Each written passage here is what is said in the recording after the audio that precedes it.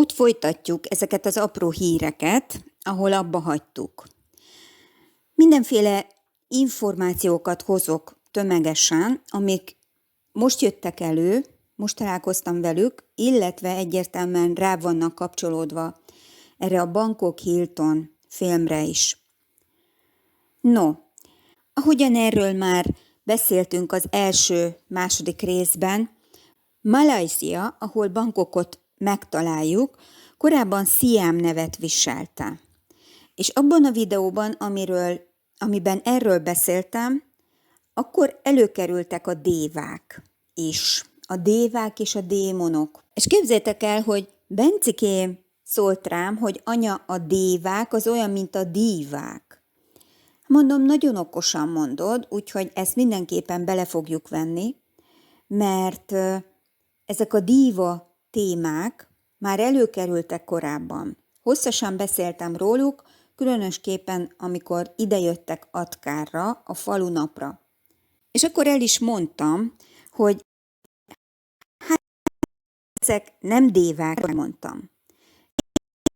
És be is bizonyosodott, itt Bangkokkal kapcsolatosan, meg a buddhizmussal kapcsolatosan, hogy nem volt téves az elképzelésem, meg a megérzésem. Hát igen, ők valóban démonok, emberi testbe bújt démonok. Jó, mondom, akkor hozok róluk ide valamit, fölmentem a Facebook oldalukra, és csak rápillantottam, hogy miket találok ott. Most jelen pillanatban a felállás Déta Renikő, Fésűs Nelly, Ladinek Judit. Hát mi ebben az érdekesség? Ugye Déta Renikőről sokat beszéltem, és arról is, hogy ő a Rékasinak volt a felesége. A Rékas, abban benne van a rák, meg a kas, a méhkas, az is benne van. A fésű az azért jön a Fésűs Nellinél, mert ugye nekem a hajam az, amivel kipörgetem az energiát, és ő ezért akarja az ő mérgezett fésűjével fésülgetni az én hajamat, hogy egyrészt eltüntesse azt az energiát, amit én kipörgetek, másrészt mérgezzen is vele. Hát ugye ezekről a mérgezett fésükről hallottunk, már ezt tényleg a fizikai síkon használták. Akár gyilkosságra is persze. Ladinek Judit, hát ebbe a ladik van benne, ami analóg a csónakkal, vagy a hajóval, és ez persze a hajó, abban benne van megint csak a haj, meg a hajó az, ami a mi egyik szimbólumunk. És persze természetesen össze van kötve a hajjal.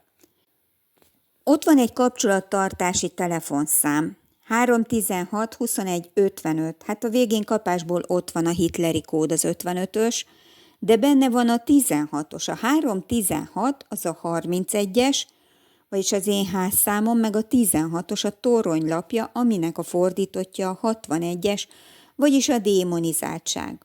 Utána ott van a 62 26-os kód, a névnapom. Július 9-én Egerben voltak a Dobótéren. Élő Abba és Boney M koncertet adtak a Gonda Music Band kíséretében.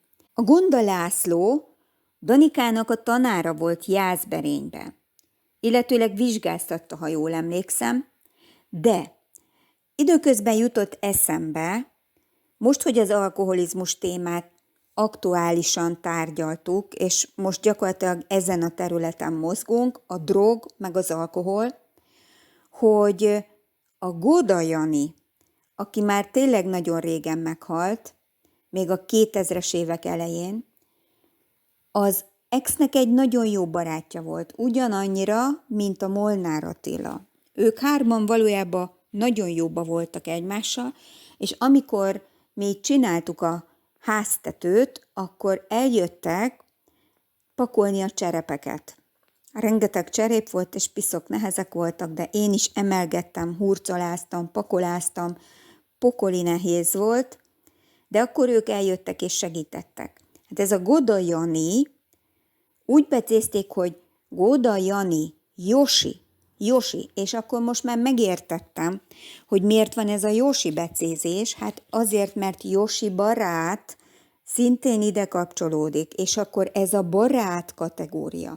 Minden barát téma, az ugye föl van kapcsolódva erre a filmre, a Bangkok Hiltonra. Az előző részben megmutattam, hogy a felügyelő a rendőrségtől, akik elkapták a lányt, és segített kihallgatni őt, azt mondta, hogy ő barát. Hát most már érthető, hogy erre a barát szóra kapaszkodtak rá, és ezért jött ez a sok-sok barát téma. Például a barátok közt, hát ők mind nagyon jó barátok, hála Istennek, hogy ennyire jó barátok, mert annál jobban le lehet őket szedegetni, mert látszanak az összekapcsolódási pontjaik nagy erővel. Szóval ez a barát téma egészen innen a Bangkok Hiltontól ered, és a barátok köztön át, a barát Jánoson keresztül, a haverla Rékán át, nagyon sok ilyen témában ott van. És ugye ehhez felkapcsolják ezeket az energiákat, mint drogozás, alkoholizmus, és a törvényhozásnak a legaljasabb és legigazságtalanabb módszereit. Mert ehhez gyakorlatilag ez kapcsolódik. Mint ahogy látjuk az én életemben is, pontosan ezt alkalmazták. És most már azt is látjuk, hogy ehhez egy nagyon fontos személy volt, ez a Rózsa Zsuzsanna, aki szintén föl volt oda kötve, pontosan arra a jelenetre, amiről most itt beszéltem, erre a barát témára, de természetesen a bírók, mindenki ehhez a témához kapcsolódott, és szivattak, ahogyan csak tudtak, teljes erőből. Hát most már majd nem fognak. Szóval ez a Josi, ez nagyon sok mindent elárul, hogy ő is hova volt fölkapcsolva. De ezek szerint ez a Goda, meg a Gonda, ezek össze voltak kötve. És most ez a Gonda el is ment oda Egerbe, ahol most az exem lakik. És ilyenek voltak még ott. Gregor Bernadett. A Gregorba ott van a grrr, ugye ez a grrr, ez ott jött nekünk Grácnál. Ott jött ez a sok görrögés. De ő például hasonmása a 300 című film egyik főszereplő nőjének is. Varga Viktor, hát ezt meg se kell már magyarázni. Ott a Vövő, meg a Varga, meg a Viktor is, szóval mindegyik nagyon erősbe kapcsolódik mindenféle irányokba. Ezt az Esze Tamást már hoztuk, mert ugye ez az Esze Tamás utca nagyon fontos. Gyöngyösön, azt már elmondtam, hogy onnan indul, ahol az Aradi Mari lakik, és az Émászhoz is erről az utcáról lehet eljutni. Tuza Tamás, na ez meg a Tuza Tündéhez kapcsolódik. Marsi Ákos, Marsi Anikó, akinek az első férje a Palik László volt, tehát ez a Palik világa, vagy mi a túró, ez mostanában mindenkit meghív mindenféle ilyen riportok készítésére, aki benne van ebbe a török seregbe. Ott gerjesztenek nekik millió figyelemenergiát. A Marsi Anikónak mostani házastársa Gyarmati Gábor. Hát most már aztán tényleg értelmet nyert az, amit annyiszor mondtam, hogy gyarmatot akarnak Magyarországból csinálni. Most már azt is tudjuk, hogy kik akarnak, a törökök, meg a nácik. Milyen idilli, hogy a Marsi Anikónak meg ennek a Gyarmatinak az első találkozója egy futás volt a Normafánál. Ugye a Normafa, megint itt vagyunk, hoppácska, nagyon lebuktatok, angyalom. Egyébként a férje egy taxis, és a taxiállomás az meg pontosan ott van, ahol eddig jártunk, a barátok temploma és a barátok tere mellett. De hogy ott még mi van, azt mindjárt megtudjuk. Pintér Péter, jazz zongorista személyében Sintér Sándor belügyminiszter úr is képviselteti magát itt. Meg itt van a petikód, ugye, az nagyon fontos. Nyúl Péter, a a figyelem elterelés nagymestere. Ezt a programot ott Egerben eső esetén a Farkas Ferenc zeneiskolában tartották volna meg. Milyen érdekes, hogy Farkas is, meg Ferenc, ugye a franc, az mostanában úgy jön, mint a tenger. És Liszt Ferencet is egyébként Francnak hívták németül. No, hát találtam itt még egy olyat is, hogy Hárs Viktor, gitáros.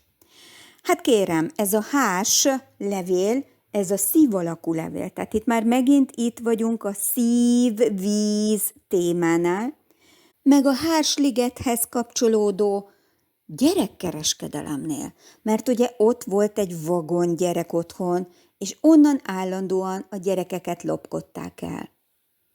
Meg nem beszélve a pedofiliáról, ami, hogy ezekhez kapcsolódik. Monakusztik, Bence Mónika, hát ott van a Bencémnek a neve.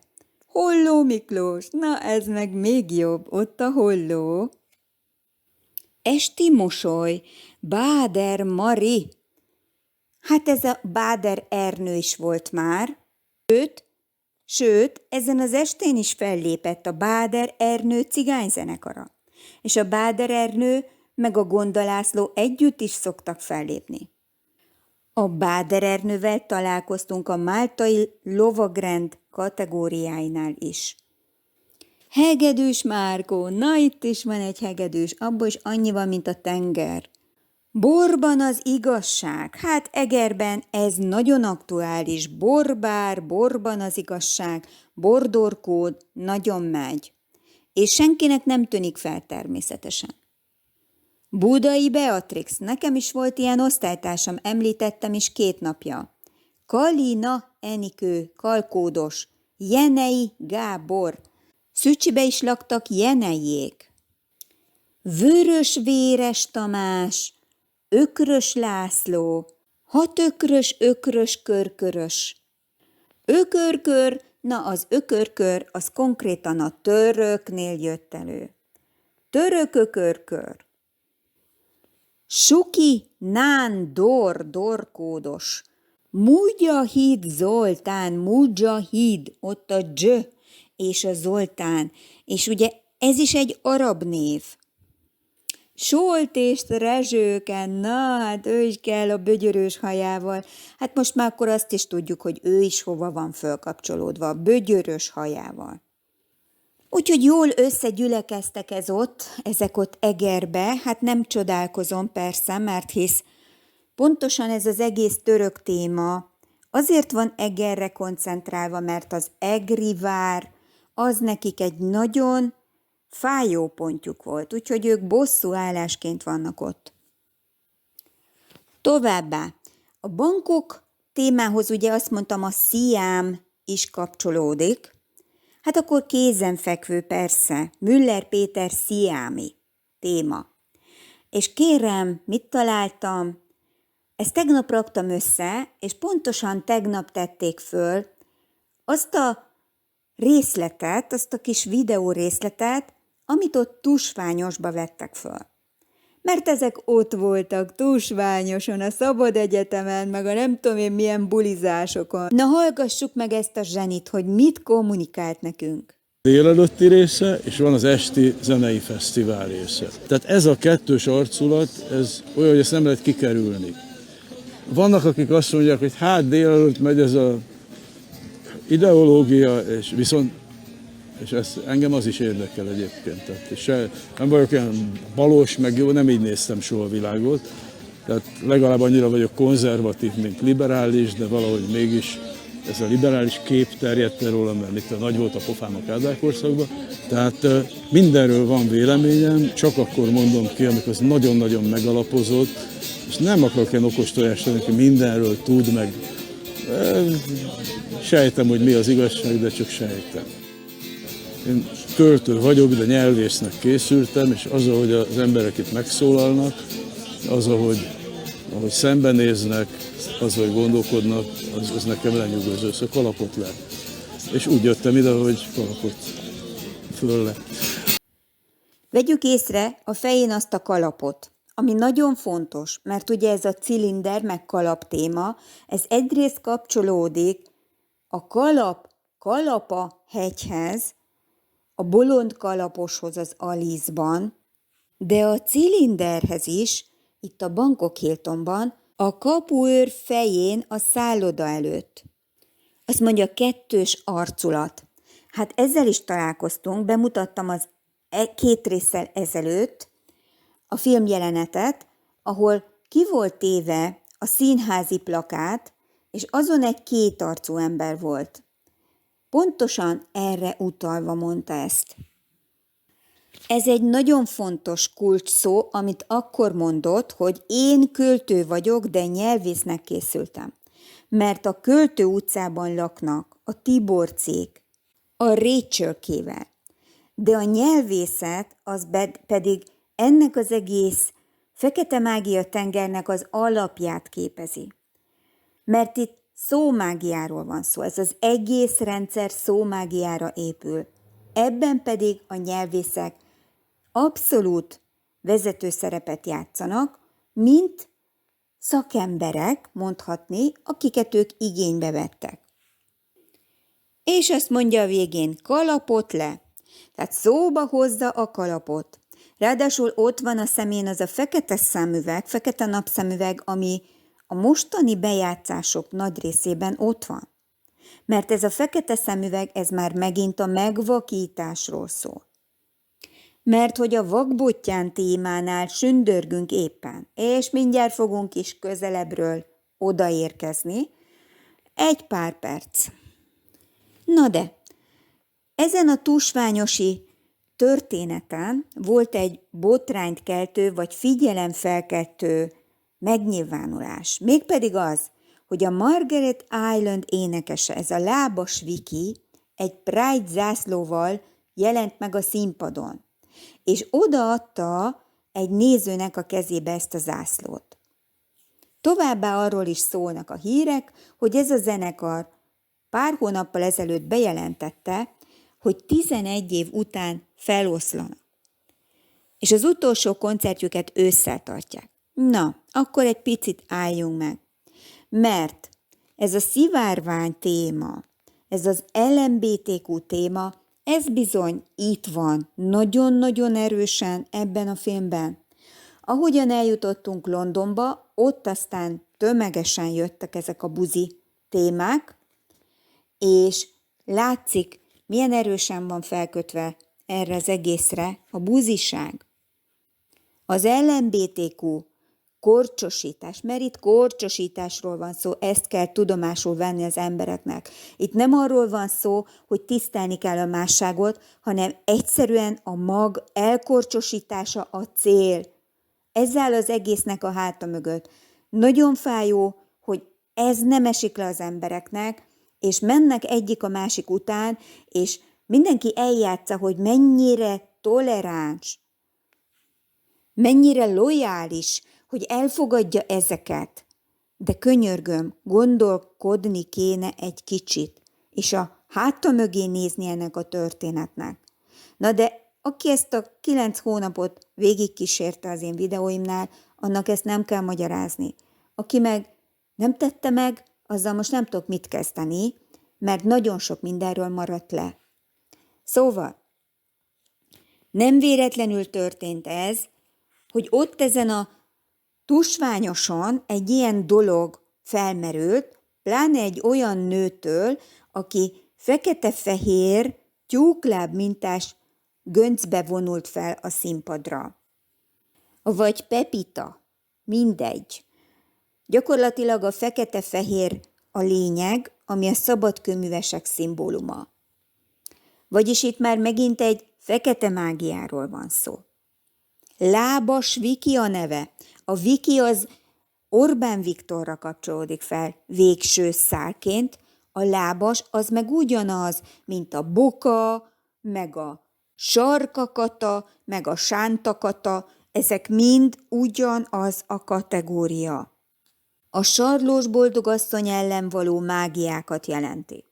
A Margaret Island, a Margaret az nagy eséllyel a Szent Margit ellen mágiáz, az island, miután az egy szigetet jelent.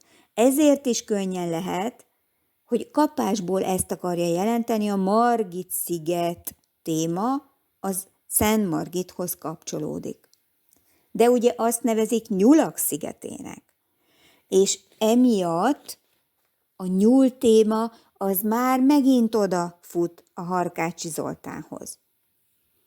A Müller Péter Sziáminak a ruhájára még muszáj tennem megjegyzést, ha már erről is beszéltem, mert itt viszont ez a batikolt minta, ez olyan, mint a pávatól, amikor a páva kiterjeszti a szárnyát, meg egy spirálisan kipörgő minta, ami egy fraktálrendszert is mutat, és azt mutatja, hogy ő is pörget kifelé mindent, és vetít. Kivetít mindent. Na jó, hát akkor én most úgy döntöttem, hogy én is kivetítelek titeket a világűrbe, és ott maradtok, jó? Mert elég volt belőletek a mahinációitokból, nincs rátok szükségünk abszolút mértékig, a ti fekete mágiáitok is le vannak húzva a klotyón, és rátok van csapva a födő, onnan már többet ki nem jöttök, oké? Mentek a latrinába. Nincs sziámizás, meg islandezés, mert ugye a sziget a kapásból a klóngyártásnak az alapkódja, tehát erre épül az egész, a szigetre. Ez a központi titkos kód hozzá. A szíkód is benne van a szigetbe, tehát mindenképpen az én energiámat kapcsolják hozzá, és ebből táplálkozva csinálják ezt az egész szart.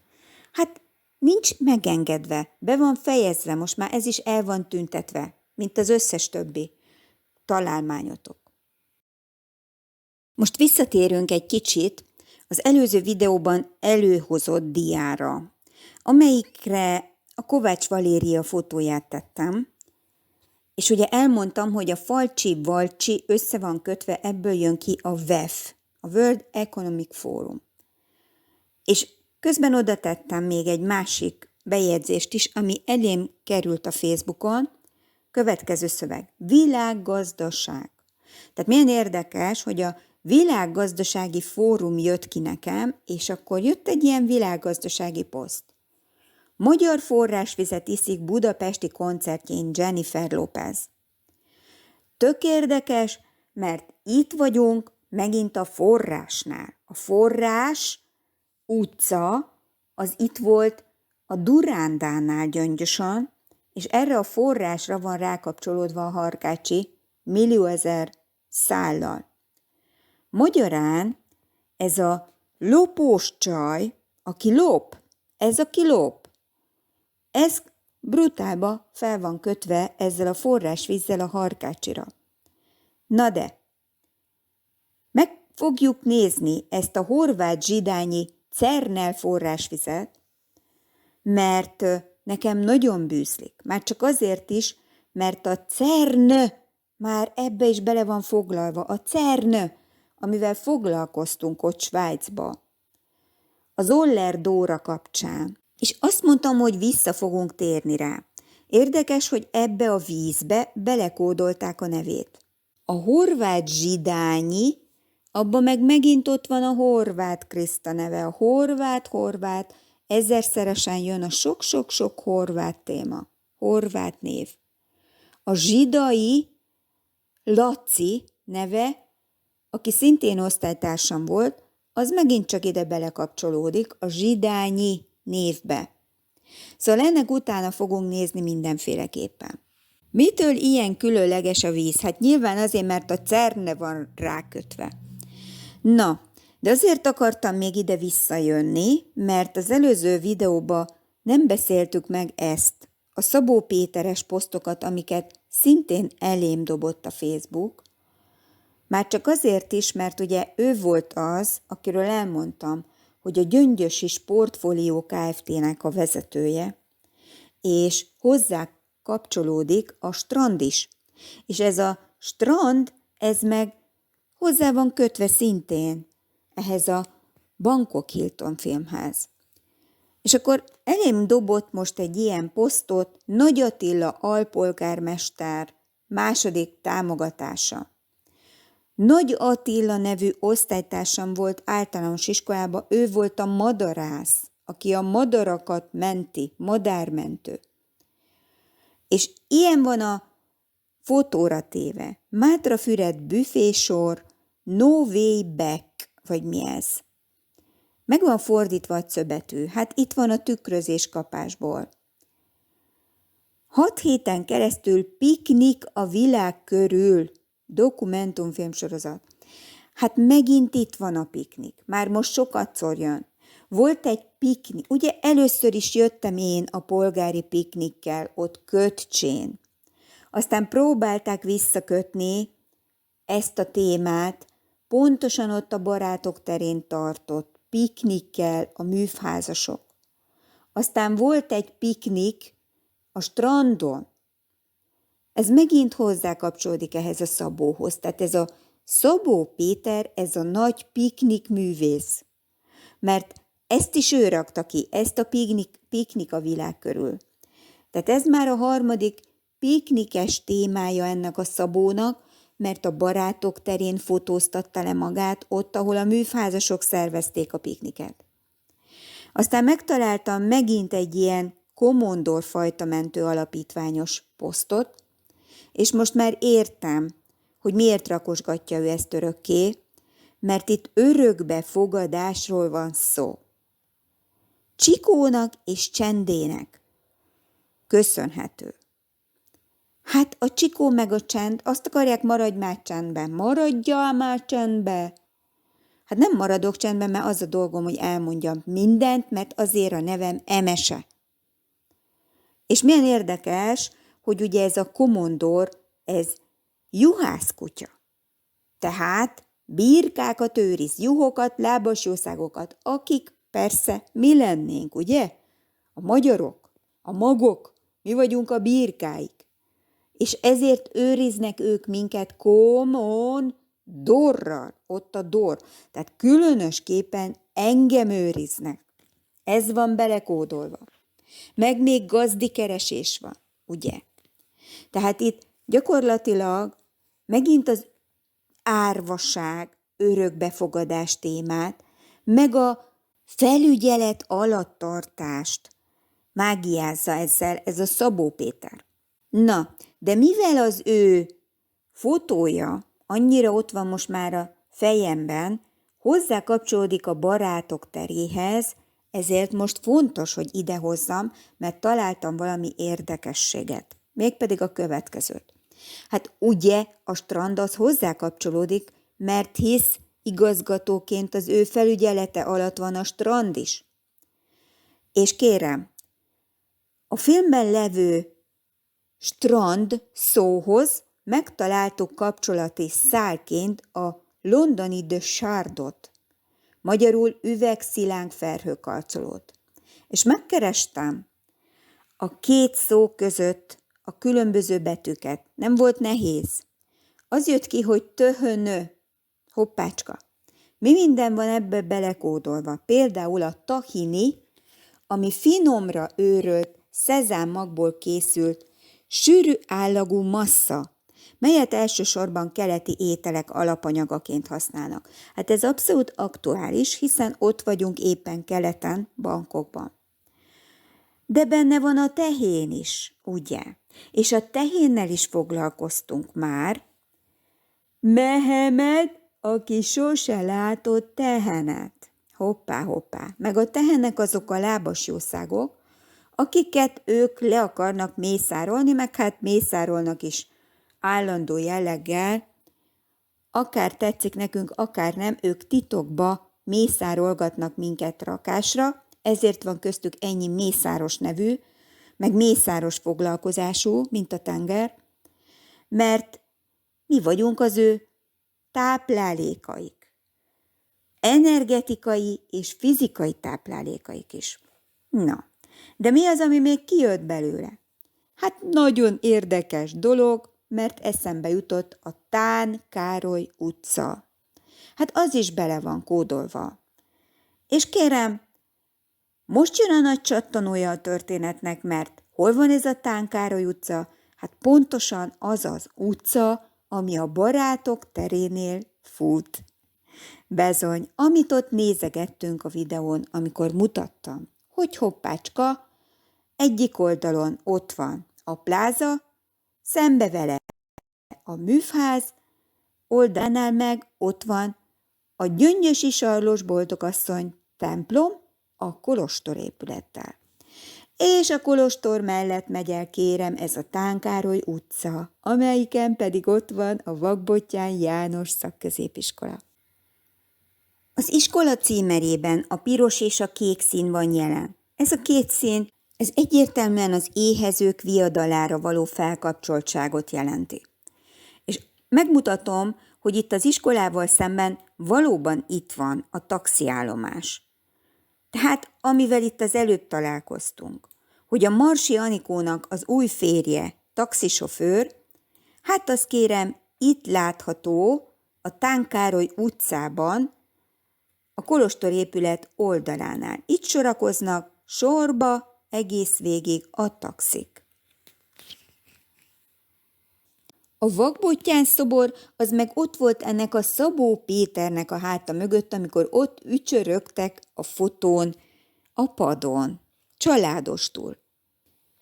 Hát szóval, gondoltam, akkor itt baromira fontos szétnézzek, mert hiszen a József Attila is előkerült, most már a Vakbottyán is előkerült, a Mogyoró Ildi nevét is említettem a napokban, igaz? Akkor tuti, hogy kell, mert a Mogyoró Ildi ott védőnő. Azt mondtam, hogy a somogyi névbe bele van kódolva a Mogyoró. Mogyoró, Sós Mogyoró. Azt gyakorlatilag a somogyi név ezt kódolja. És nagyon, de nagyon sokszor jött Somogyi nevű, meg a Somogyi könyvtárot Szegeden, a Somogyi Géza nevű gimis kémiatanárom, meg rengeteg egyéb Somogyi. Tehát muszáj megnézzük a Vakbottyán János Szakközépiskolát, akinek az igazgatója Benyovszky Péter, és az exemnek jó ismerőse, talán fociztak együtt, vagy nem tudom már pontosan, hogy hogyan, de ők kapcsolatban vannak egymással.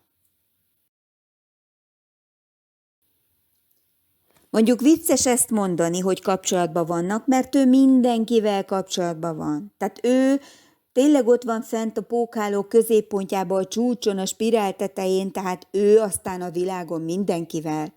De ő emlegette ezt a Benyovszkyt, és mintha talán a Berville BT-vel való közös munka kapcsán, de nem vagyok ebben biztos, minden esetre fontos, hogy ők összedolgoztak, azt tutira tudom.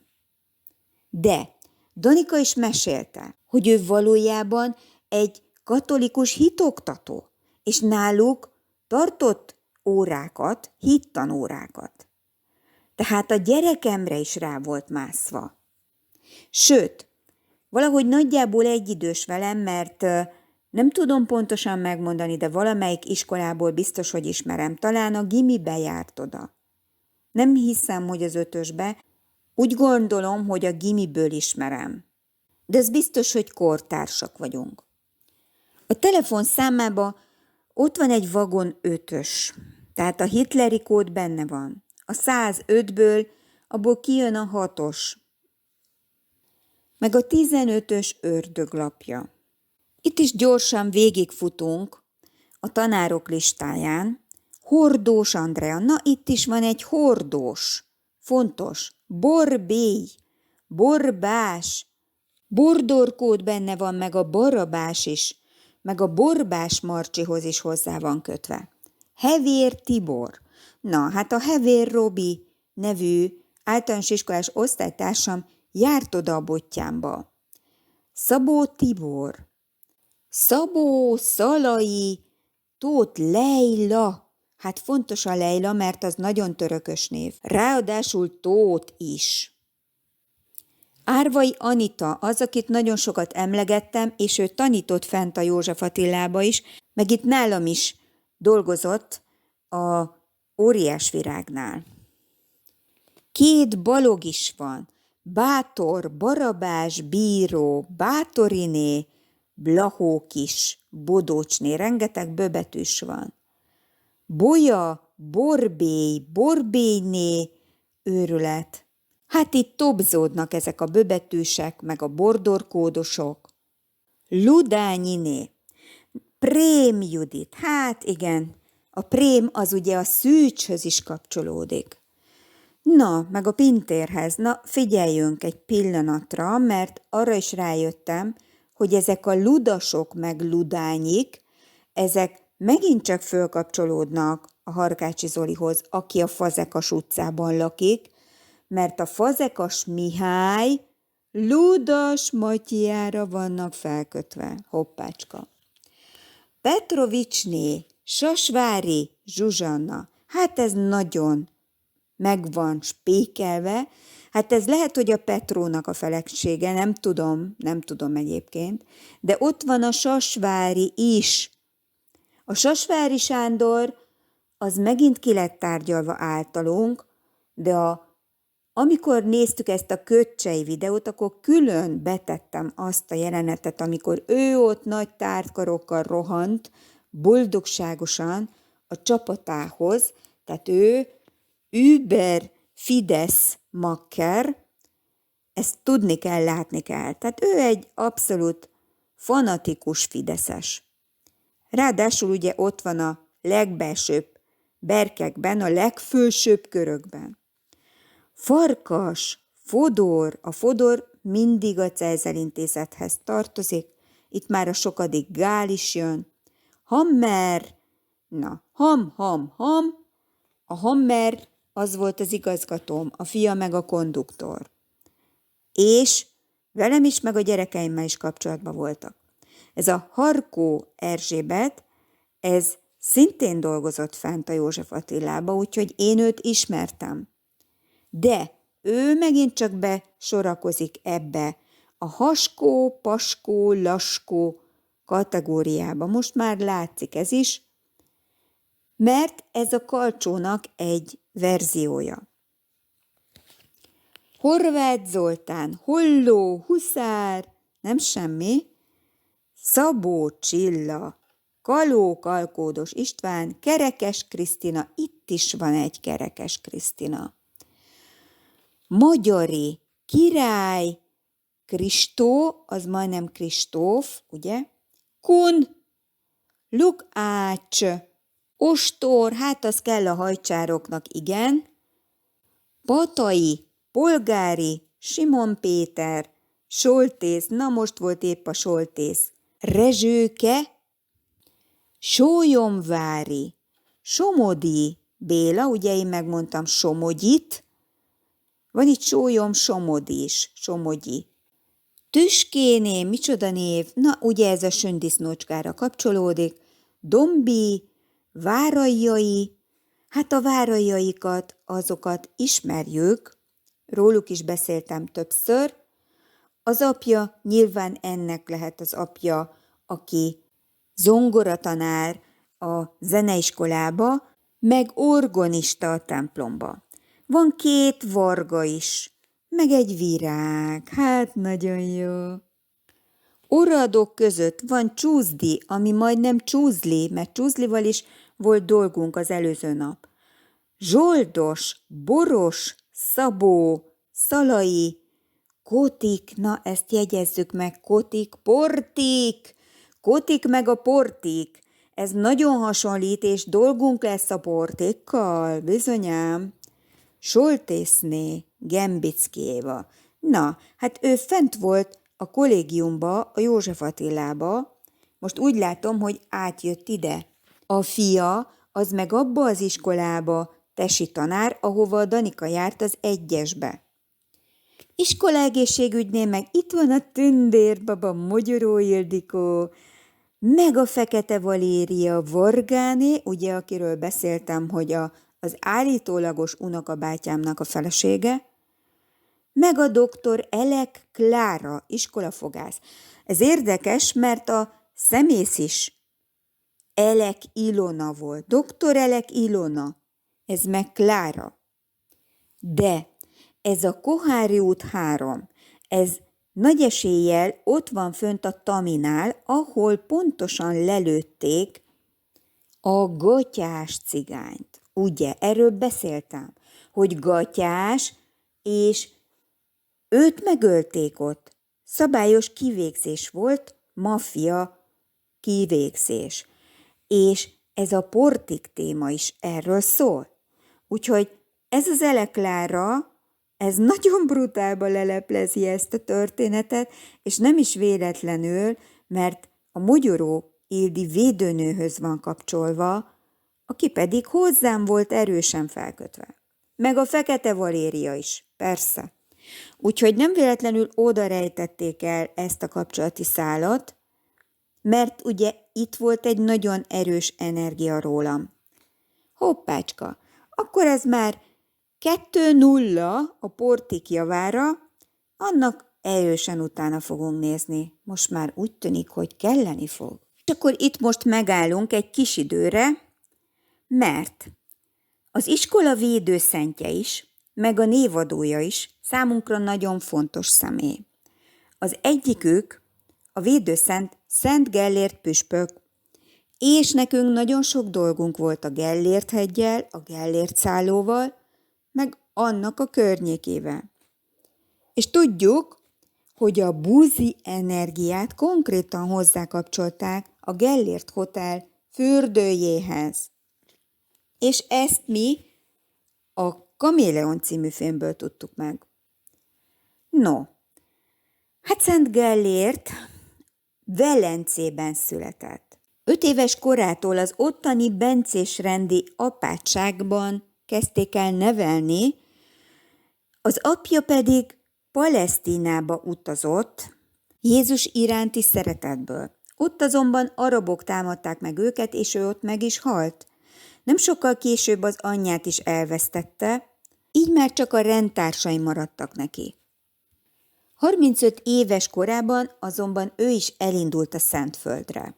Útközben találkozott egy pannonhalmi apáttal, aki rávette őt, hogy jöjjön Magyarországra és alapítsanak kolostort együtt. Így aztán Magyarországra jött, és rögtön István királyhoz vitték.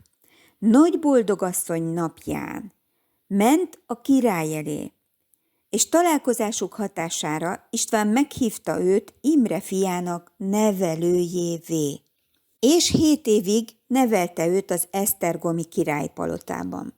Az azt követő években István megbízásával átszervezte az egyházmegyéket, templomokat építtetett, tevékenységét pedig a király bőkezően támogatta. István halála után viszont az azt követő időszakban sem Péter, sem Aba Sámuel nem volt partnere Gellértnek, és Gellért meg is tagadta a megkoronázást és a húsvét megünneplését is, például Aba Sámueltől. 1046. szeptemberében egy utazása közben megtámadták őket vata pogány lázadói, és kőzáporral törtek rájuk. Kiráncigálták Gellértet a szekeréből, hozzákötötték egy kordéhoz, és a később róla elnevezett Kellenhegy szikláiról a mélybe taszították. Holttestét ideiglenesen a pesti Boldogasszony templomban, a mai belvárosi főplébánia templomban temették el, később átszállították Csanádra. Szentélyavatása Szent László királysága idején történt. Vagyis Gellért püspök vértanú volt, a pogányok gyilkolták meg. Pontosan ugyanazok, akik megszentségtelenítették a róla elnevezett hotelt is konkrétan, ezzel a buzisággal, meg ezzel a elkorcsosítás energiával. És felhasználták a Gellért hegyet rengeteg fekete mágia színhelyéül. Most nézzük Vakbottyánról, mit találunk az iskola bemutatójában. Bottyán János elszegényedett, protestáns kisnemesi családból származott. 1669-ben Lakatos Juditot vette feleségül. akinek köszönhetően tekintélyes vagyonra tett szert. Ott van a 66 9 666 69 96-os kód. Miután az asszony elhunyt, az immár idős Bottyán újra nősült 1707. márciusában pápán a 20 év körüli Forgács Juliannát, báró Forgács Farkas és Révai Eleonóra hajadon leányát vezette oltár elé. Minden név kódolt, minden név fontos, a Forgács, a Farkas, a Révai, az Eleonóra, pápa, minden. E házasságával élete végén az arisztokrácia is sorai közé fogadta. Mindkét házassága gyermektelen maradt. Bottyán János számos hőstettet hajtott végre a törökök ellen folytatott harcokban. Például Esztergom visszafoglalásában is részt vett. Továbbá 1685-ben sikeresen védelmezte meg a várost a budai Ibrahim pasa ellen. Esztergomban jártunk, különösképpen akkor, amikor megtaláltuk a Hernádi Zsolt által épített hotelt. Na most ezek alapján nagyon esélyes, hogy ez a Hernádi Zsolt, aki egyébként a Hernádhoz is föl van kötve, ami ott Miskolc mellett folyik, és oda mellé elhívtak engem Belegrádra. Ez nyilván össze van kapcsolva ezzel a Hernádi Zsolttal is. Ez a történet, hogy nekem oda kellett menni. Tehát onnan rólam csatornáztak át energiát a Hernádi Zsolt molvezérhez, de nyilvánvaló, hogy ő, mint bosszúként jelent meg ott Esztergomban. Tehát lehet, hogy ő volt, nagy eséllyel ő volt ez az Ibrahim pasa annak idején. Bottyán János alezredesi rangban folytatta a török elleni hadjáratokat a délvidéki várak visszaszerzéséért Lotharingiai Károly oldalán. 1692-ben első Lipót ezredessé tüntette ki. Ekkoriban veszítette el az egyik szemét egy csatában. Ezért katonái Vakbottyánnak kezdték hívni. Kecskemét, Cegléd nagykőrös vidékparancsnoka volt. 1699-es karlócai békekötés után esztergomi kastélyába vonult vissza, mert a császári sereg garázdálkodása feldühítette, és elvette a kedvét a hozzájuk való kapcsolódástól. 1703 után beállt Rákóczi seregébe.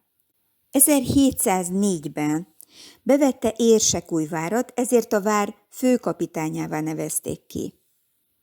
Betört Morvaországba is, ahonnan zsákmánnyal tért haza. Rákóczi kinevezte a Dunántúl kormányzójává, és megbízta annak védelmével. Zsenialitását még az osztrák hadvezérek is elismerték. Rendbe hozatta Somlóvárát, gondoskodott megfelelő hadfelszerelésről és védőőrséget szervezett. 1708 végén a bányavárosok katonai parancsnoka lett. Mindvégig hű maradt Rákóczihoz. 1709. augusztusában még részt vett Gyöngyösön a mezei közgyűlésen. És szeptember 26-án vagy 27-én a Tarnaőrs melletti táborban érte a halál. Ekkor hatalmas pestis járvány tombolt országszerte, és innen ered az a legenda, hogy Bottyán is pestisben halt meg. De azt is valószínűleg tartják, hogy a halálát inkább agyhártyagyulladás okozta. Tarnaőrs viszonylag közel van ide, azon a tájékon van Tarnabod is, Tarnaőrs, és ott van a közelében Jász-Dózsa, ahol az exnek a beosztottai laktak. Hát én feltételezem, hogy nekik közük volt ahhoz, hogy meghalt Bottyán, és egyáltalán nem biztos, hogy betegségben halt meg, könnyen lehet, hogy megölték. És igaz, amit állítottam az előző videókban, hogy így Gyöngyösön a Ferences rend templomában temették el. Mint győzhetetlen hadvezért emlegetik őt. Hát ez nagyon hasonlít a Hunyadi történethez, és azt ugye elmondtam, hogy Hunyadi János nyilván apám volt. Mátyás pedig ezek alapján Gio, miután most már így megváltoztak a szerepek. És könnyen lehet, hogy Vakbottyán is apám volt. De hogy Szent Gellért is és Vakbottyán is a fiúk közül került ki, az 100%. Nézzétek csak, mit találtam. Szembe jött velem ez az MZ/X. Bottyánosok az Aqua Robot X koncepcióversenyen. Hoppácska, itt van a víz. A víz meg a szív. Ez a verseny megteremti a lehetőségét annak, hogy a tanulók szakmai tudások, mérnöki gondolkodásmódjuk, kreativitásuk fejlesztése mellett értékes csapatmunkatapasztalatot is szerezzenek. 5 fős csapattal jelentkezett a Bottyán, csapattagok a következők voltak. Lévai Zénó, hát már megint itt van Léva. Zénó, az meg a zéró, és róla is volt szó, pontosan akkor, amikor a törököket tárgyaltuk. A számmisztikus zéró. Gombár Mihály, gomba téma is volt hónapokkal ezelőtt. Kis Zalán, a Zalán az mindig Zoltán. Pinci Kornél, ez Pici. Na megint itt van egy hegedűs, László Dominik. Hegedűs is, meg Dominik is. Mindjárt jön egy Dominium. Szakmai segítséget nyújtott nekik Kaló István, ott a Kalkód, Patai Gábor, hát itt van Gyöngyös Pata, ugye? Ennek a bandának az 1/3 gyöngyöspatai vonatkozású. Edömér meg Besenyő. Híves Rita, hát Sánta Rita is, már legalábbis egy rokona jönni fog. Huszár Edina, hoppácska, van itt már megint egy huszár. Bátoriné, Zaja Éva. Hát a Bátori Laci, az is jött. Ez lehet, hogy a felesége, nem tudom, de talán ez a Zaja Éva, ez nekem gimis évfolyamtársam volt. Jönni fog a Zaja után egy Zana is. Barta Máté, hát a Barta meg a Berta, meg a barátok közt, az ugye mindig aktualitásban van. Na most ez a Vakbottyán szakközépiskola, ez megint csak egy fontos kulcspozícióban van, mint látjuk, nem véletlenül van azon a helyen, ahol van éppen. Pontosan amellett a templom mellett, ami a Boldogasszony templom. És a műfáz közelében, ahol ezek a fekete mágiák tömegesen történnek ellenünk. Jegyezzük meg ezt a Benyovszky gyereket, az igazgató nevét, mert újra fogunk találkozni ezzel a névvel azonnal.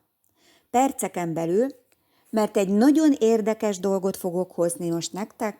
Várjátok ki a végét, meg fogja érni. Danika szólt nekem, hogy reklámozzák ezt a farkasmályi borudvart, és mondott egy nevet, most még nem árulom el, hogy kinek a nevét, aki miatt én ennek a dolognak utána jártam. Nos, ez a farkasmályi borudvar vélhetőleg nem olyan régóta épült, mert régen nem volt ott ez a 24-es út mellett. Ugye most is a 24-es úton jártunk, és ez pedig a városból kifelé vezető szakasza, a főiskola után Mátrafület felé jobb oldalon található ez a borudvar. És itt úgy látom, hogy időnként ilyen bulizós rendezvényeket szerveznek, zenekarokat hívnak oda, és mindjárt meghalljátok, mert bejátszom, napernyők alatt várják a vendégeket. Nagyon fontosak a napernyők, ahogyan mondtam, mert az mindig a hitleri Berghof teraszára viszi az energiát.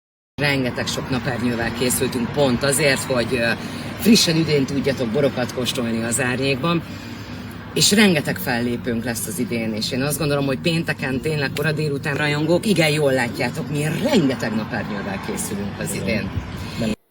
Tök érdekes, nem? Hogy ígértem nektek, hogy jönni fog a mámor. Mert hogy miről is van szó ebbe a Bangkok Hilton filmbe? A drog és az alkohol a központi téma. mert a lánynak az apja rengeteget iszik. Alkohol problémái vannak, és ezzel finoman fogalmaztam. Ezt mágiázták rá az apámra, ezért is nem tudott belőle szegény kikeveredni. Szóval azt mondtam, hogy jön a mámor majd, és erre mit ad Isten? Itt van a Farkasmályi borudvarnak, oda van írva, hogy bormámor. Na, hát mondom én, hogy nem én vagyok a hülye. És kérem szépen, ki az, aki ennek az egésznek a főkolomposa? Orbán Dániel. Na hát mióta megtudtuk, hogy a második Mehmed szultánnak az ágyúit a magyar származású Orbán nevezetű ágyú öntögette, azóta jönnek az Orbánok tömegesen. Most is van itt egy Orbán, Dániel ráadásul, és azt is elmondtam, hogy a Török Ignác utcában is van egy Orbán Péter nevezetű, akinek ott van üzlete. Az Aradi Mari mellett volt az üzlete. És milyen érdekes dolgokat láttam én itt az oldalukon, ott van egy hatalmas szív, ugye a szívvíz téma, itt meg a bottyámba ott volt az akva, a víz. Ott vannak a hordók, a hordón nagyon fontos kodjuk, mert az hozzá kapcsolódik a bordorkódhoz, ráadásul a hordóba ordó, abba is benne van a dóra, mert az ó kicserélhető az ára. Szóval nem véletlenül van ott az a sok-sok hordó. És milyen jó ürügy ez egy borfesztiválhoz, vagy borudvarhoz, mert mindenki jópofának és teljesen odaillőnek tartja, és persze senkinek meg nem fordulna a fejébe, hogy ez mágia célzattal van ott. Nagyon sok hordós nevezetű jelent meg ebbe a történetbe, például a Hordós Ferenc, aki rá van kapcsolva a Magyar Péterre. Aztán itt van felvonult a Skoda. A Skoda, ami szintén nagyon sokszor jött, mert a cseh vonatkozások 1000 számra jöttek. És van itt egy sátor, ami úgy néz ki, mint valami cirkuszi sátor. Mellette meg egy világítós fa, ami úgy néz ki, mint egy életfa. Szóval elkértem a Danikától, hogy küldje már át ennek a szereplő listáját, meg úgy egyáltalán utána néztem, mi minden van itt. Hát egy csemege, egy egész asztalnyi csemegét hozok ide nektek. Tegnap kezdték a bulit, és ma meg folytatják. Hurrá!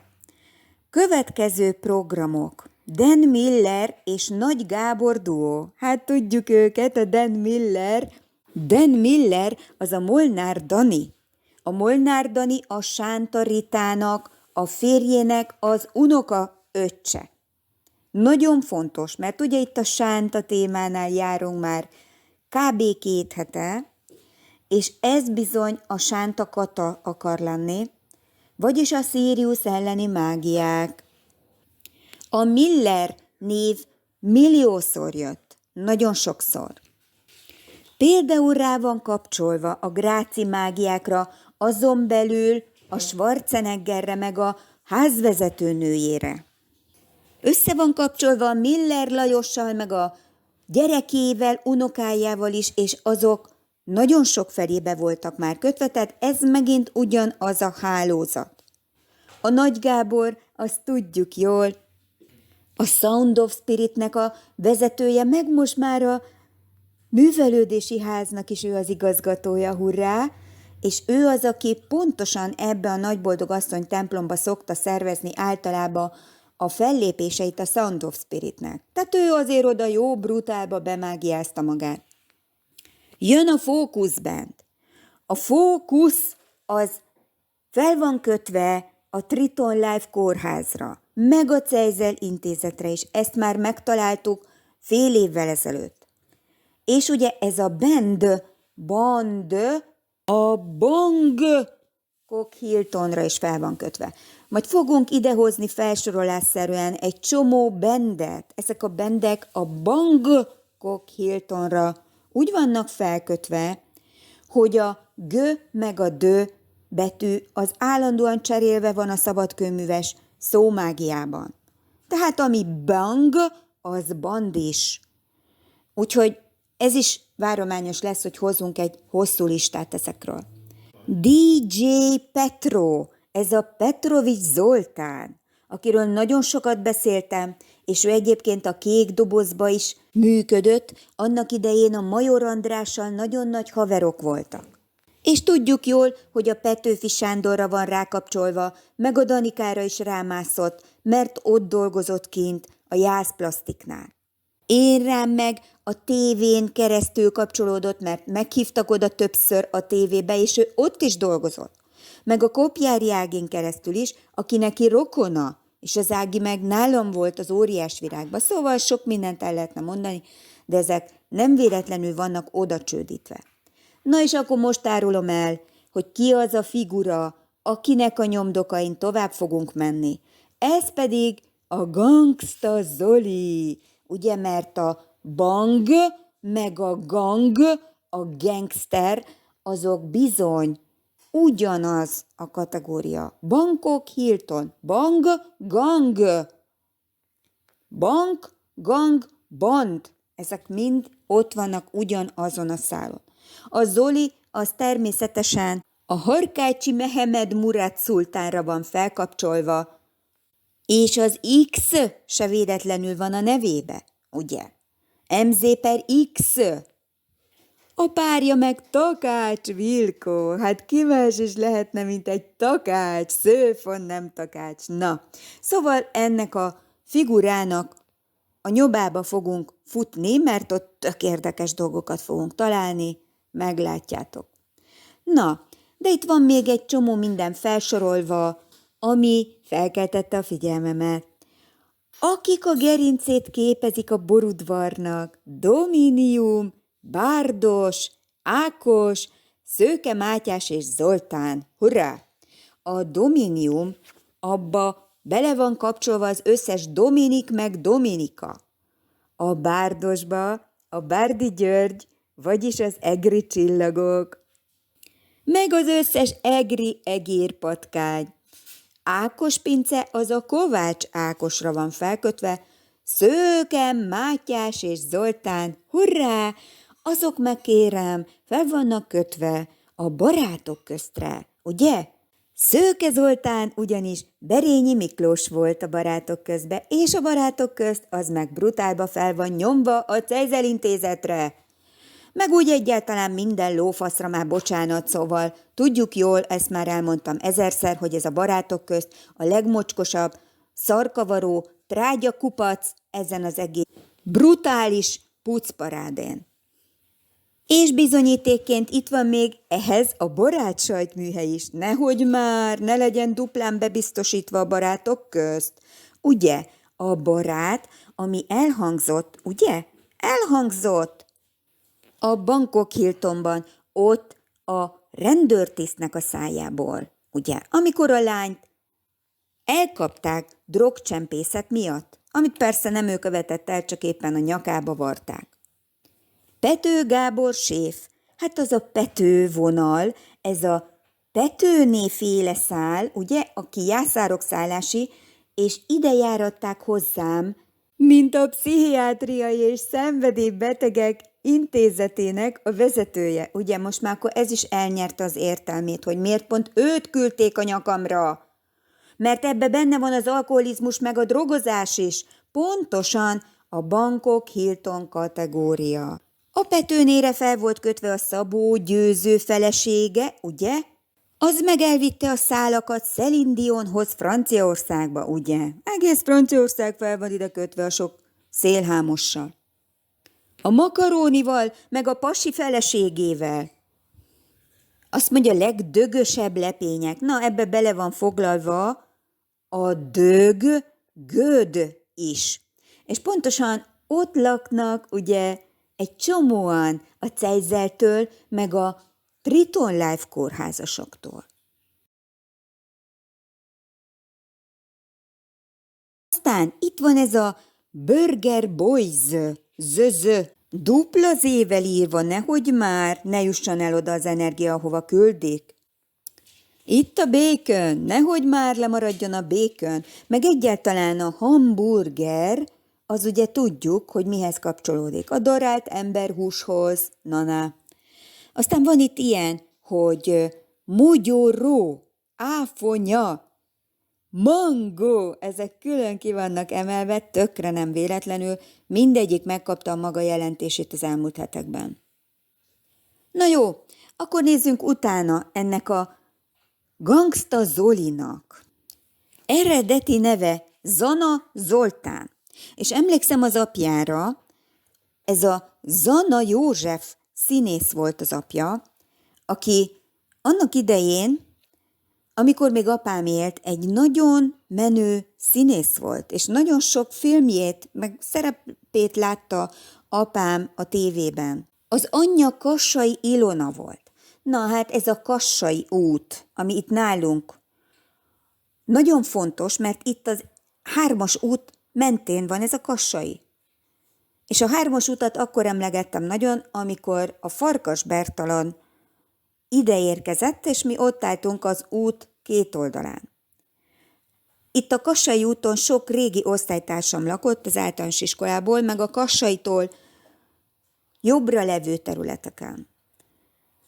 Anyja neve Hiller Ilona volt igazából. Hiller Hitler, akkora bukás, mint az olajtó. Hatalmas. Meg a Hiller Miller össze van kötve. A mö meg a hö betűkből kijön a méhö. A méh királynő természetesen. Meg a méh kaptár. A méh kas, amit temérdek alkalommal jött. Ráadásul Szegeden született, ott tanultam 3 évig. Az Állami Dériné Színház alapító tagja. Na, a Dériné témával is nagyon sokat foglalkoztunk.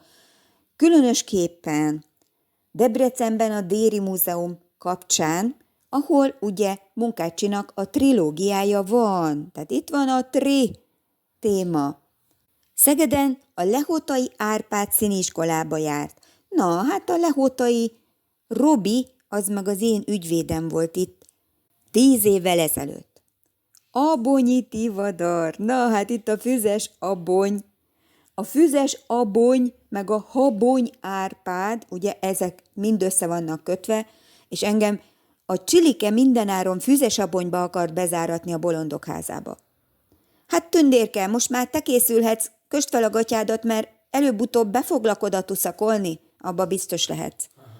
Hegedűs Tibor és rajzja... Darika köszörülte a torkát. Jó van, úgy lesz az. Hegedűs Tibor, ugye megint itt van a hegedű, és Rajz János volt a mestere. Rajz János azért nagyon fontos, mert a Gio, aki János, az grafikus, vagyis rajzoló. Hoppá, hoppá! Ez cseppet sem mellékes, annál inkább árulkodó. 1949-ben ott van a 64-es kód. Az Állami Bányász Színházba szerződött. Hát nagyapám bányász volt, a drága. 76-tól az Arany János Színház művésznője volt, és ugye itt voltunk a Tóth Mészároséknál, az Arany János utca sarkán, és azt mondtam, hogy az aranyszívű János, az a Gio. És tegyük hozzá, hogy az apám is az volt, mert annak is aranyszíve volt, meg a nagyapámnak is aranyszíve volt. Ők mindannyian ugyanaz a kategória. De akkor ne maradjon le az én 2 fiam, mert azok is mind a ketten aranyszívűek. Hát az én szívem keményebb, mint az övék, az egyszer biztos. Meg a nagyanyámé is keményebb volt, mint a nagyapámé, úgyhogy elég nagy a gáz, hogy az én kezembe vannak adva. Mert hogyha a Gio kezébe lennének adva, akkor könnyebb dolguk lenne, mint itt az én kezeim között. Abba biztosak lehetnek. Ez a Zana József, ez a 4. férje volt ennek a nőnek. De van egy fontos hozzáfűzni valóm a Zana szóhoz. Mert ez a Zana, ez a zanzát is kódolja. A zanza szó jelentése többféle. Egyrészt egy irodalmi mű vagy szöveg tömör, rövidített kivonata. Én konkrétan ilyen zanzákat csinálok, amikor ezt az egész folyamatot feltérképezem, mert azért nem lehet beszélni 6 milliárd témáról, mert haladni is kell. Hát nyilván sokkal, de sokkal több kapaszkodó szálat találnék, hogyha részletesebben nézném meg, de nem lehet. Zanzásítani kell. Ugyanakkor egy dél-amerikai indiánok által trófeaként használt összezsugorított emberfejet is jelent. Ez a zanza. Nagyon durva, mert ugye ez gyakorlatilag megint csak korrelál a Káli nyakában lévő koponya nyaklánca. Na de persze, hát használták ezt az összezsugorított koponyát mindenféle fekete mágia célokra. És hát ugye ők ezt éppen erre használták. De láthatólag itt volt ez a koponya gyerek is, ugye a koponya nevű figura a hódmezővásárhelyi Fidelitásnál. Annak is ez volt a neve, úgyhogy most már másodszor találkozunk ugyanezzel a témával, itt 2 videón belül. Tehát ez a Döglégy Zoltán, mert ugye ez az ő becses beceneve. Ugye mennyire képletes? Hozzáteszem, hogy egy héttel ezelőtt minden nap tele volt az ablakom döglegyekkel. Nem győztem őket hajkurászni. Most már tudom, hogy miért jöttek azok. Tehát ez a Döglégy 1966. 01.07-én született. Tök érdekes, mert ugye pontosan ezzel a dátummal már találkoztunk a január 7-e, 8-a dátumokkal. Pontosan az előző részben, mert január 7-én halt meg Tesla, és január 8-án született Elvis. Tökre nem véletlen ez a dátum, egyértelmű. Simán lehet, hogy neki is köze volt ott Tesla kizsigereléséhez. Én ezekről mindent el tudok képzelni, bármit is, ezt is konkrétan. Sok-sok minden egyéb mellett. Nyugodtan nevezhetjük egyébként őt is egy szörnyű szülöttnek, mert ahogy kinéz, hát komolyan mondom, abszolút elbújhat mellette bármelyik torsz szülött, mert ez is egy szörny szülött. Minden porcikája tele van tetoválással, meg piercinggel, meg minden lófasszal is. Undorító. Nyilván addig se volt a szépségéről híres, mielőtt ezeket magára tetováltatta, de hát azóta valódi förmedvény lett belőle. Na de tudjuk, hogy ez a tetoválás, ez nekik egy egyezményes kapcsolati kódjuk. A középiskoláit az Angyalföldi Kilián György gimnáziumban, ma Németh László gimnáziumban végezte. Hoppácska, van itt angyal is, meg német is van. Hurrá! 1989-ben került a Blokk nevű együttesbe. Na, hát mondom én, hogy ő fontos, mert ő is a blokkolásunkban szerepet játszott, tehát a mi teljes megállításunkba, akadályozásunkba. Sőt, ugye a klokk is bele van ebbe kódolva, vagyis az óra szintén benne van. De a Loki is benne van, a Loki. Játszott ilyen zenekarokban, mint Dance, Love, Sex Action. És itt ez a Szendrei Zsolt nevű figura volt többször mellette, hogy hosszasan mellette, ugye itt a Szendrei név. Szendreiné Lőrinc Angéla, meg Szendrei Ferenc. De tagja a KGB, a Jack, a Dos Diavolos zenekarnak is. Na, hát nagyon termékeny a drágám, sokfelé lógatja be a farkát. A KGB rendszám rengetegszer jött itt az elmúlt években nekem. Itt van a Black Jack, ugye? Hoppácska, az meg akkor egyértelműen az esőember kaszinó témájára kapcsolódik. Ez a Dos Diavolos, hát ez természetesen maga a sátán akarna lenni. Hát az biztos, hogy odavalók vagytok. A sátán jobbkezei. A Gangsta Zoli és a Kartel nevű gangster hip-hop együttes 1995-től működik. Elhíresült szókimondó gyakran vulgáris szövegeiről. Hát, hozzátok is körülbelül ilyen hangnembe kell beszélni, mert csak ebből értetek. Több alkalommal viselkedtek botrányosan a fellépéseik során. Rendszeresen verekedésekbe keveredett. Hát, csak rá kell nézni, látszik rajta minden. És akkor most jön néhány érdekesség. Hobbija a jégkorong és a labdarúgás. Hát nem vagyok meglepve. Ugye, hogyan is jutottunk mi el oda Village-be? Pontosan egy jégkorong csapat kódolt nevén keresztül. És aztán utána jött a jégpálya téma, Tehát egyáltalán nem véletlen, hogy neki pontosan ez a rögeszméje, a jégkorongozás. Szurkolója a Boca Juniorsnak. Hát itt van megint a Boca téma. Atletico Madridnak, az Újpestnek. Habár egy koncerten a DVSC mezében énekelt. Na, hát mondom én, hogy itt van a Loki, Debrecen. Van egy testvére, Zana Zita, és van egy lánya, Zana Zoé. Hát rettentően élvezik ezeket a zöbetűket, ahogy látom. Ezek a dupla zék meg összekötik például ezzel a Burger Boy zözövel is. És kérem, ami még piszokul érdekes, 2010 óta a Baranyai Görcsöny községben egy híd viseli a nevét. A polgármester úgy kerülte meg az élő szeméről való elnevezés tilalmát, hogy a Gangsta Zoli nevet nem tekintette élő személy nevének. Hát ebben igaza van, nem szeméről van szó, hanem démonról. Ez a Görcsöny település a pécsi járásban van, közel Pécshez. Hát apámat nem véletlenül vitték oda, annyi okuk volt, mint a tenger. Ezen a településen korábban átment a Pécs-Harkány vasútvonal. Nagyon fontos, mert a Harkányhoz hozzá van kötve Harkács, ugye?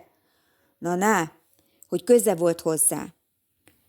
Polgármestere, Kőszegi Tamás Gábor. Hát ez nagyon fontos, mert Kőszeg az azért lényeges, mert ott van mellette Léka, és mi jártunk Kőszegen, nem is egyszer jártam Kőszegen. De ott járt bizony egy pár éve a Kocsisné Jánoska Judit is a férjével, kitették a fotót magukról. Fontos nekik a Kőszeg. A kő azért, mert az Orbánéknak kőbányái vannak. A szeg az meg azért fontos, mert ezzel összekapcsolják Szegeddel, meg a szegen keresztül, persze, a voodoo babázással. Nem beszélve a Jurisics várról, ugye, amit annyira emlegetett a Lár, a drágám, amikor a Jurassic Parkról beszélt, azt mondta Jurisics Park, ugye? Vagyis hozzá van kapcsolva az összes Jurassic Parkjuk, a reptilvonal. Jegyző, Fábián, Sauer, Tímea. Fábián, ezekre mindig ráugrok a Fábiánokra, mert bizony ez a Triton Life kórház. A klóngyár végállomása, bizony. Ott van a Fábián nevű igazgató. Hát fontos nekik ez a falu, az már egyszer biztos. Sőt, nem csak ezért fontos, hanem a címere miatt is kérem. Figyeljetek, mert fontos. Egy fészket ábrázol, abban pedig Pelikán anyát, a fiókáival, amint begye fölé hajtott fejjel, csőrével mellét tép és kibudjanó vérével fiókáit eteti. A fészek, a pelikán és a kicsinyek aranyszínűek. A fiókáit saját vérével tápláló pelikán a családi összetartozást, a családfő, az anya áldozatvállalását jelképezi. Mindez aranyszínben ragyog, mintha a nap tündöklő sugarai vonnák be azt. Hát kérem, ezzel a pelikán anyával mi már találkoztunk többször. Például Szolnokon, a Szigligeti Színház kapcsán.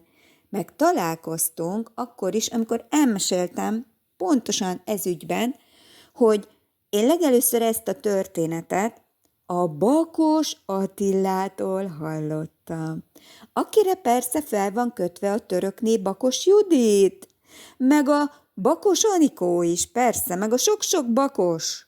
Sok Bakos volt az elmúlt évtizedek alatt. Szóval kérem, a Bakos Attila volt az első, akiről említést tettem a Bangkok Hilton kapcsán, ugye?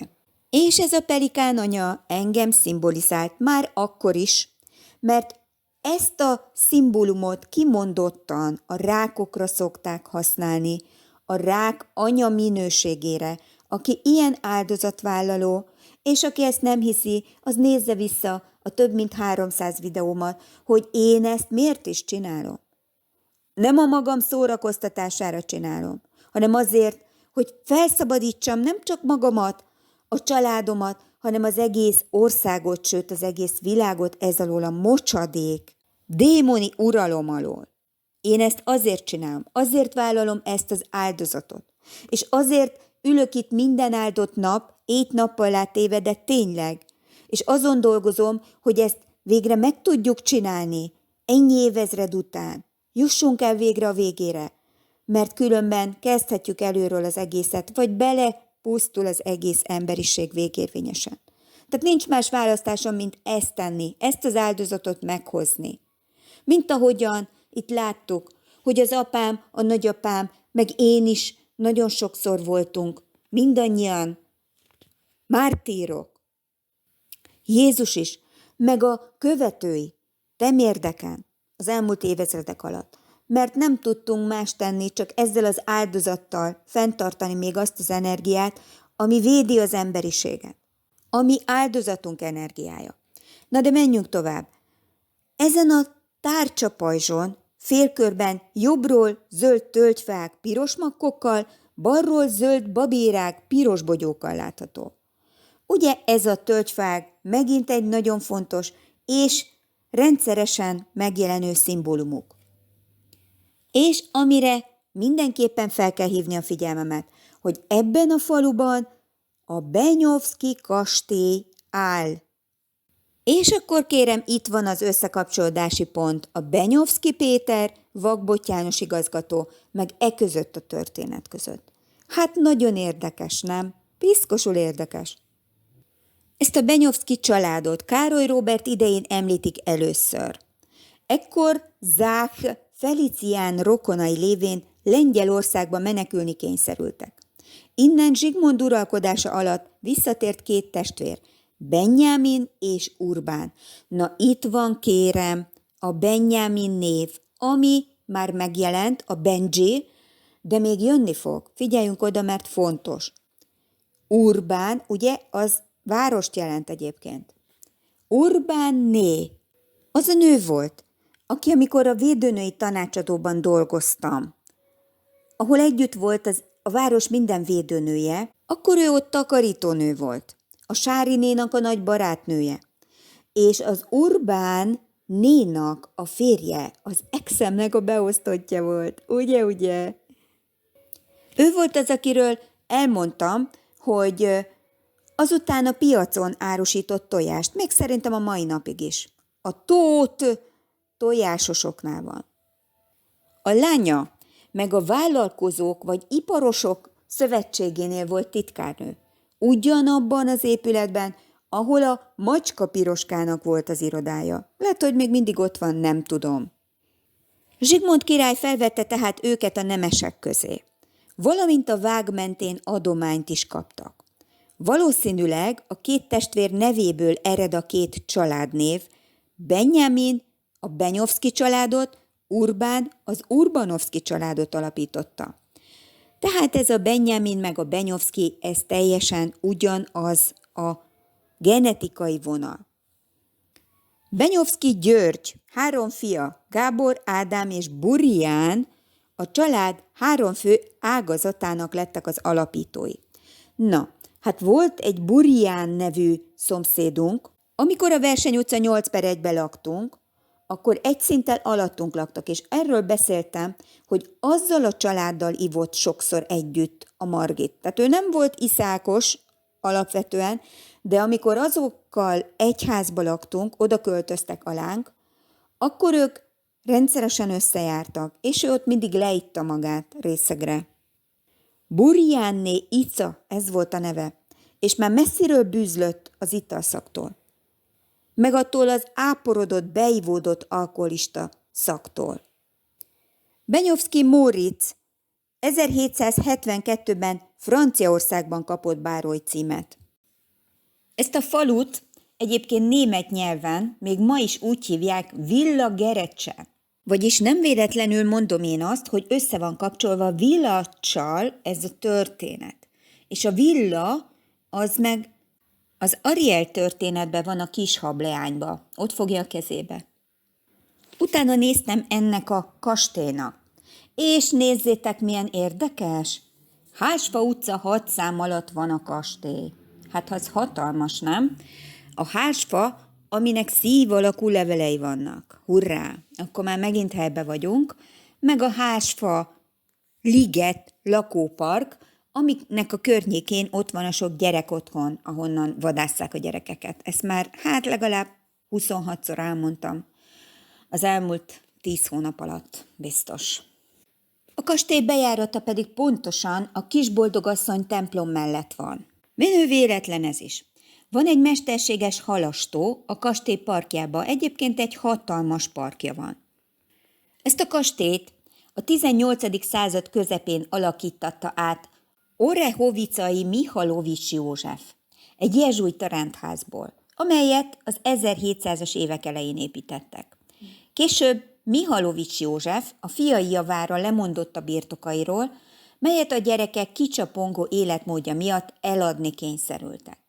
Az épületet Benyovszky Lajos 1860. novemberében vásárolta meg. Tehát ott van a 86-68-as kód. Benyovszkyné Ócskai Erzsébet. Itt van ez az Ócska. Na hát fogok beszélni az Ócsainé Cseleszky Mónikáról, mert az ő férje Afganisztánban volt katona. És a filmben, a Bangkok Hiltonban pontosan azt állította ez a szélhámos, hogy ő Afganisztánban volt fotóriportár, és aztán erről kiderült, hogy az sem volt igaz. Vagyis ez az afganisztáni békefenntartóság, ugye, ezt leginkább ennek nevezték, ez is egy kamu volt, egy szélhámosság, hát ezt persze tudjuk jól. Itt minden az volt, mert itt minden a színháznak a része volt. De az a lényeg, hogy ez az Erzsébet újra átalakítatta a kastélyt egy nagyon különös, skót stílusú épületté, ami Magyarországon egyáltalán nem jellemző, talán nincs is több. És ebben a kastélyban első Ferenc József is vendég volt, átmenetileg. A szovjet megszállás után iskolaként, majd kultúrházként és moziként is használták, jelenleg nyugdíjas otthonként funkcionál.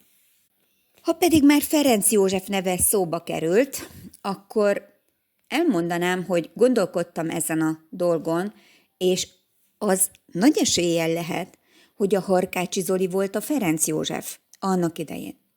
És azért volt nekem annyira ismerős az ő energiája, és azért volt ennyire vonzó, mert ugye én voltam Sziszi, de Ferenc József is kiszolgáltatott az anyjának, annak idején engem, meg az egész udvar kényekedvének, mint ahogyan most engem az ex kiszolgáltatott. Tehát nagy eséllyel valamelyikük volt a Ferenc József, és nagyobb eséllyel a Zoli volt. No, itt most én befejezem ezt a témát, és akkor innen fogjuk folytatni a következő részben. Köszönöm a türelmét és figyelmét mindenkinek, aki végigkísérte ezt a mai alkalmat, és kérlek titeket, hogy gyertek a következőre is, igyekszem vele, amennyire tudok. Sziasztok!